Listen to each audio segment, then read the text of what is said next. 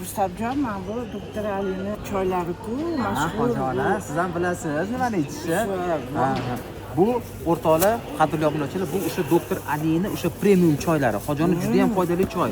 Buni bilasiz, asab tizimlarga, juda ham yaxshi, qo'chkariga, jigarlarga. Voy, buni hozir agar xususiyatlarni aytadigan bo'lsa, bu yerda tong otadi. O'sha premium choyi, doktor Alini choylari bizda bor, endi areshkamizda. Xudo xolisa, siz ham obunachilarga taklif qiling, ichib maza qilib mana shuni yurishsin choylarni. Obunachilarim, bu choyni men juda ham yaxshi bilaman.